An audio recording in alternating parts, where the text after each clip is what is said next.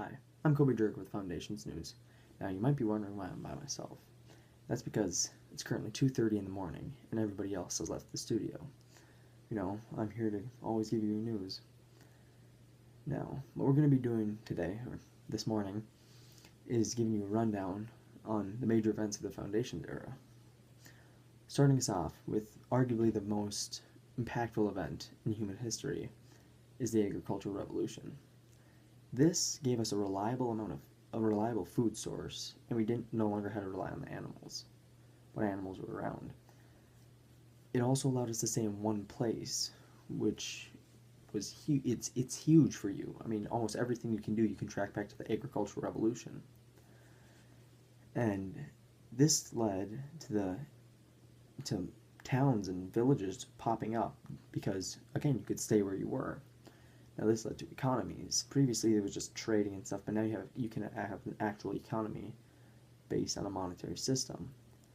And this led to specialized labor, which means somebody does something and somebody else does something, which is the economy we live in today. It's everybody has a job. They're interdependent on each other. Now, there are some negative effects of this though. It is a larger economy, but the negative effects are you have some people who can take advantage of the poor, who can take advantage of the low man, and maybe have an extremely rich upper class and extremely poor lower class. And before everybody was even, now you're starting to feel the effects. And it also led to patriarchy. Now this came around because the men were always expected to do the work because they were viewed as better fitted for it. But the women were expected to stay at home and just clean and do stuff for the kids. Or if they did do work, it'd be making baskets, textiles, and farming, which originally, earlier, was huge. They had a more important job than the men because it was always there. The men would sometimes get some animals, sometimes not, but the women were always getting the food. But now, as it starts to go along, men start to take over that too, and the women just aren't really, they're just oppressed, and you're still feeling the effects today. Now, when I said the villages started to pop up, this led the way for nations and countries to pop up. And the first of which, or the most impactful and the biggest of all of them, is Mesopotamia. Mesopotamia, in part, was so successful because they were so smart. I mean, they were one of the first nations to use metals and go into metallurgy. They used these metals for weapons, for armor, for farming equipment, which I'll talk about in a minute, and just pretty much everything, and just gave them a huge edge on the competition.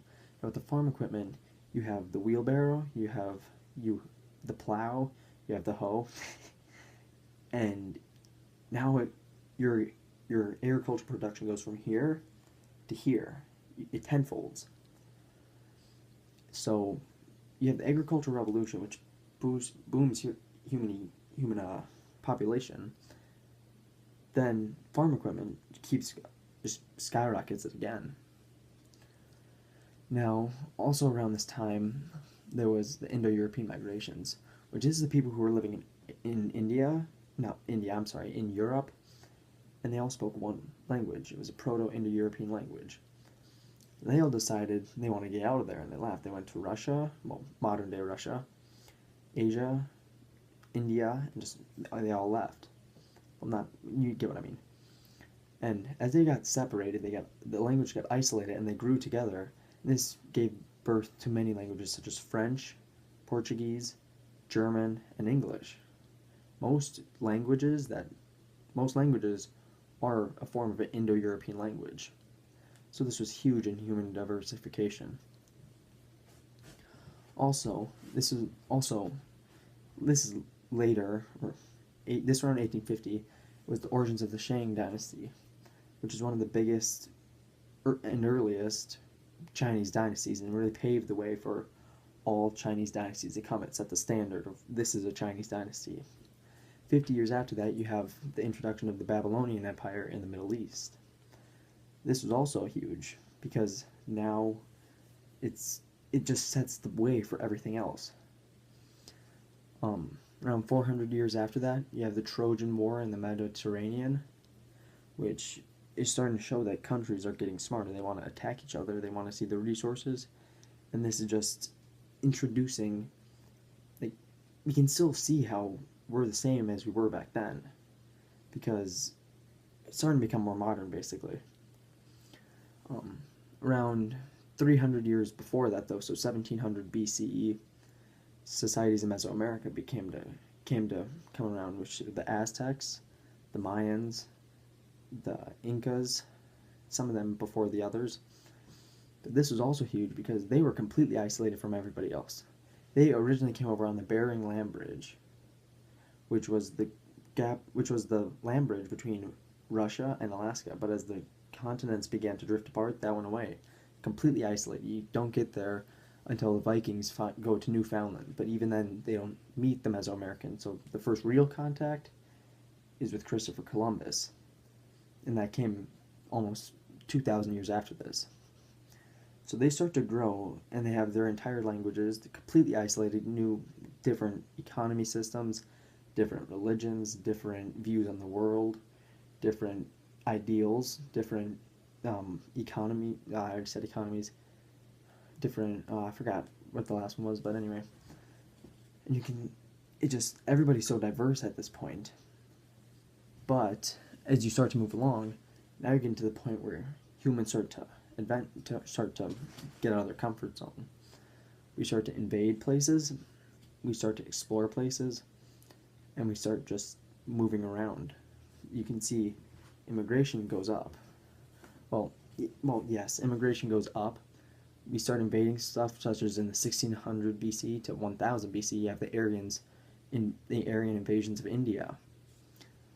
And then at around the same time the Aryans were invading India, the Shang dynasty fell, and the Zhou dynasty in China rose to power. This was also a big influential part in China. It again set the way for other dynasties in China. 700 years after this, while the Zhou dynasty was still up, was the birth of one of the most influential men of world's history, was Confucius. He inspired an entire way of thought that impacted the entire world, Confucianism.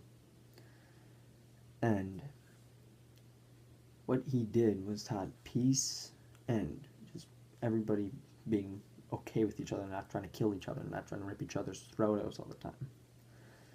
So by him just living and teaching everybody this, he inspired, his influence spread to Japan, to China, obviously in China, to India, went along the Silk Roads later into Europe, and it eventually was globalized. Around the same time of this, over in the Mediterranean, we have the rise of Greek city-states. Now, although there were many Greek city-states, Sparta and Athens were the two that rose to power. Now, soon after this is when the conflicts start to arise. You have Cyrus the Great, who forms the Persian Empire. And the Persian Empire quickly becomes the most powerful force in the world, especially in the Mediterranean. And they go and they just go on a killing spree through the Greek peninsula. Sparta and Athens eventually team up and do fight this, but the damage is already inflicted. All sides lose in this. Although after this, you have the beginnings of Rome, which for the next 1,000 years is going to be the most dominant and powerful force in the world. And they are the second most impactful dynasty behind the Mongols. And the Mongols conquered pretty much 1/3 of the world. So the Romans had a profound impact on the world. That's pretty much it for the Foundations era. Just big ideas. It set the way for it's the Foundations era. It set the foundations for everything around the world. And if you take one thing, just know that the agricultural revolution is by far the most impactful event in human history, without a doubt.